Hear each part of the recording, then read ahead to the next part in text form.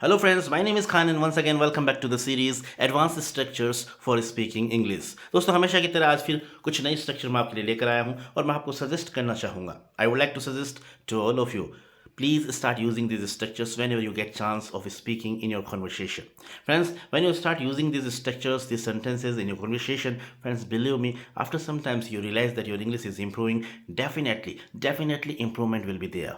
So without wasting any time, let's get into this video. और आज की हमारी पहली स्ट्रक्चर है, जैसा कि आप स्क्रीन पर देख पा रहे हैं। कई बार हमें बोलना होता है कि ये भी कोई कहने वाली बात है क्या, ये तो स्पष्ट है, इसमें कहने वाली बात क्या है। ऐसे हम अपने सेंटेंस की शुरुआत करते हैं। तो जब भी ऐसा आपको बोलना हो तो किस तरीके से आप इंग्लिश में अपने सेंटेंस को फॉर्म करेंगे वो देख लेते हैं।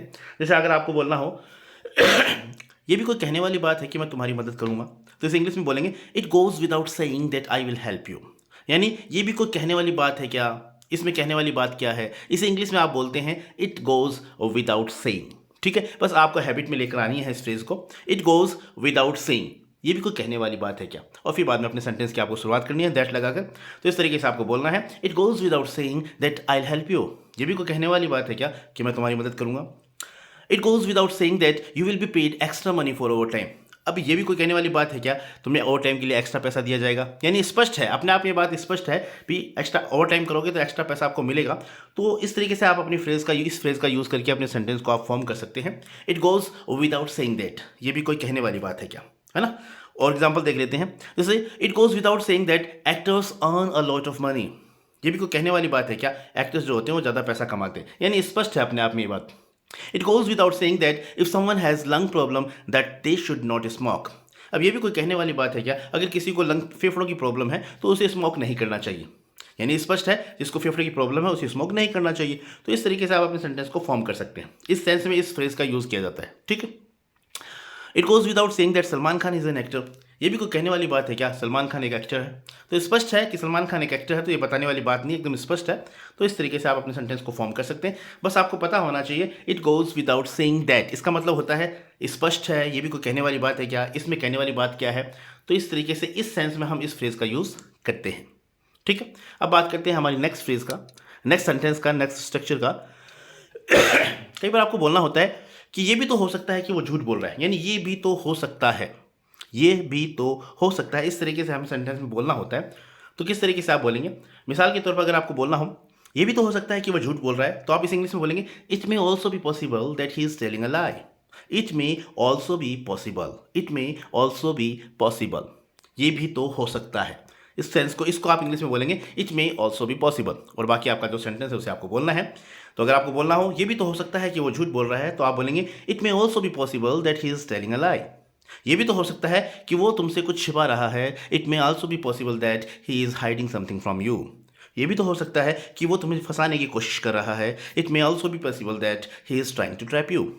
ये भी तो हो सकता है कि वो दुखी होने का बहाना कर रहा है। It may also be possible that he is pretending to be sad.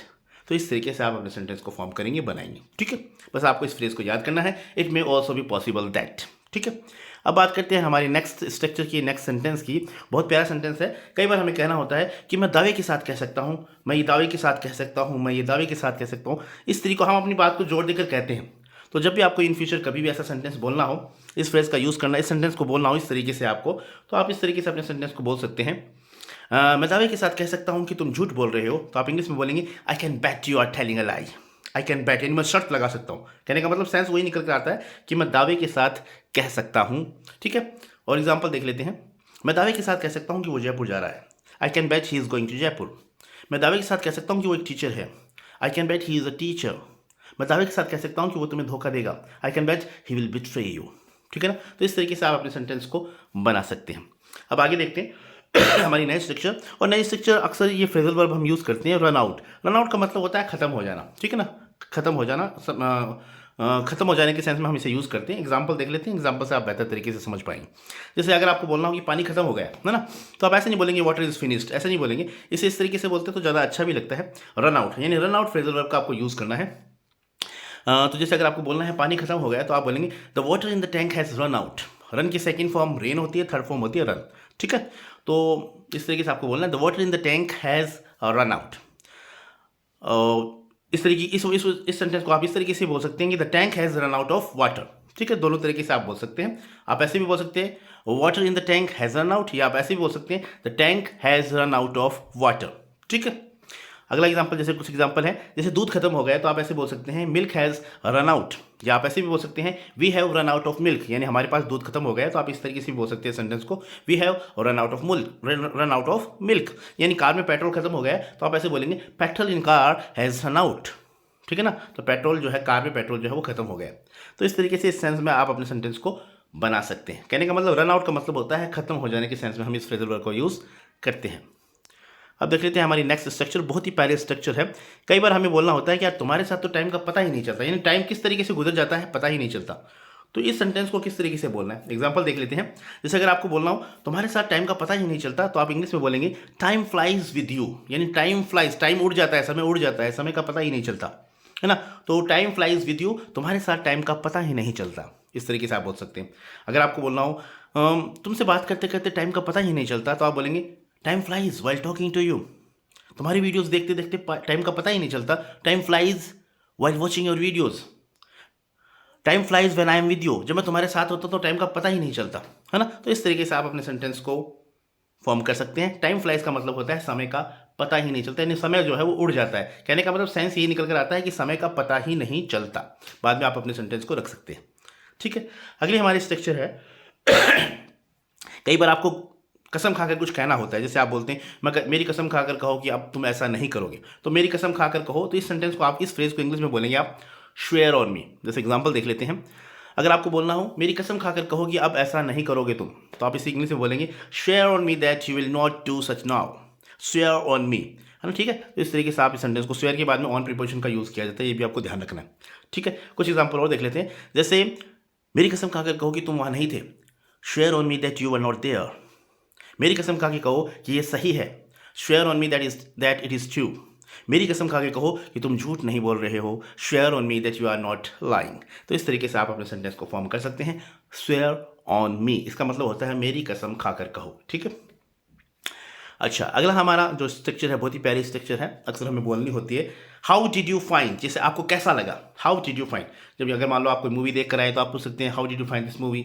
आप कोई ड्रेस लेकर आए तो उसके बारे में पूछ सकते हैं कि आपको ड्रेस कैसी लगी, है ना। आप किसी गांव में जाकर आए तो आप पूछ सकते हैं गांव आपको कैसा लगा। कोई भी चीज़ कैसी लगी, उस चीज़ को पूछने के लिए आप इस स्ट्रक्चर का यूज़ कर सकते हैं। मिसाल के तौर पर कुछ एग्जाम्पल आपके सामने हैं। जैसे अगर आपको बोलना हो आपको मेरी ड्रेस कैसी लगी, तो आप बोलेंगे how did you find my dress.